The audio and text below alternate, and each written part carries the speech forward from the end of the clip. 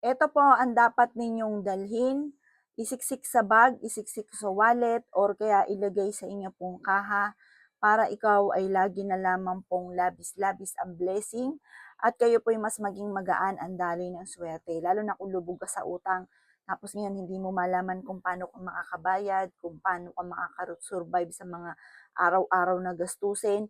Ito po kailangan meron kang ganito. Makakatulong po ito upang sa ganon kayo po ay mas maging magaan yung daloy ng swerte lalo na sa pinansyal.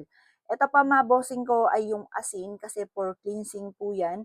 Nagtatabo yan ng malas at umahatak po yan ng swerte. Tapos yung 5 pisong ginto, sumisimbolo yan ng kasaganahan at ang bilang ng 5, yan po yung labis-labis na blessing. Tapos yung bulak, pagagaan nito ang takbo ng magandang kapalaran.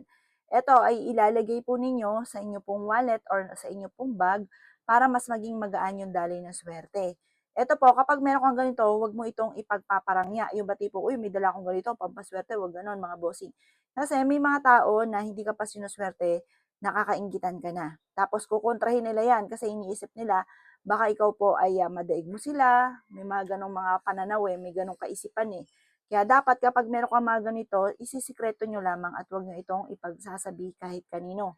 O siya mga bossing, bago ka lumabas ng inyong tahanan, mag-ukol ka ng panalangin at maglagay ka ng ganito sa bag, sa wallet, or kaya sa kaha po ninyo para magaan lagi ang daloy na swerte.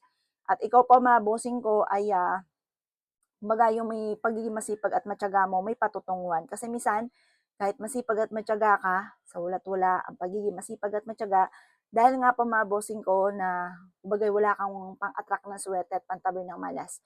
Kapag may mga dumarating na kamalasan, ay tanggap ka lang ng tanggap kasi wala kang proteksyon. Kaya dapat meron kang proteksyon kagaya nitong aking pinapakitang ito. Ang gold mga bossing ko ng 5 piso, swerte po yan. Tapos yung 5 mga bossing ko, ang 5 labis-labis na blessing. Tapos yung gold nga po ay sumisimbolo ng kasaganahan. Kaya sa mga barya, eto panalo kayo dito kasi yung 5 swerteng numero po yan, labis-labis na blessing. Tapos gold pa po siya mga bossing.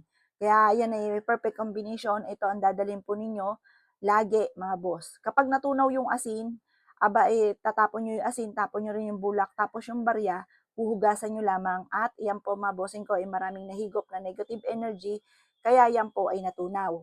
Ngayon, kapag hindi naman natunaw, hayaan nyo lamang po yan. Pero mas mainam, ang asin ay pinapaltan every week.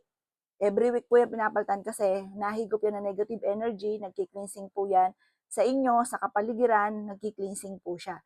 Ngayon, kapag siya po ay after 1 week, marami na rin po siya mga negative energy, kaya itapon nyo po ito mga bossing. Ngayon, mga bossing, kung ayaw nyo naman, ay pwede rin naman, pero kung gusto nyo ng talagang grabing blessing at nais po ninyo na maalis kaagad ang mga kamalasan, ganun po ang gawin po ninyo. O siya mga boss ha, good luck po sa